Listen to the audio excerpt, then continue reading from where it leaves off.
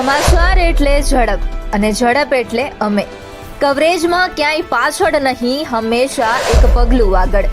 દેશ દુનિયાના સમાચાર, રાજનીતિ, સમસ્યા, વ્યાપાર, રોજગાર, તમામ સમાચારો પર રહેશે અમારી નજર. ગુજરાતની દરેક ઘટના તમારા ફોનમાં સૌપ્રથમ માત્ર V18 ન્યૂઝ પર. કડી તાલુકાના અગોલ ગામમાં આંગણવાડી તદ્દન જર્જરિત હાલતમાં હોવાથી બાળકોના વાલીઓ ચિંતિત બન્યા છે. છેલ્લા ઘણા સમયથી આંગણવાડીમાં છતના પોપડા ખડી રહ્યા છે અને ચોમાસામાં પાણી ટપકી રહ્યું છે. બાળકો જીવના જોખમે અભ્યાસ કરવા મજબૂર બન્યા છે. ત્યારે વિકાસની વાતો કરતી સરકારે જાગે અને આંગણવાડીનું મકાન નવીન બનાવે એવી માંગ ઉઠી છે. આંગણવાડી કેન્દ્રના સેબના પોપડા ખરી પડ્યા છે તો દિવાલો પણ તિરાડોથી ભરાઈ ગઈ છે અને ગમે તે સમયે ધરાશાયી થાય તેવી સ્થિતિમાં છે.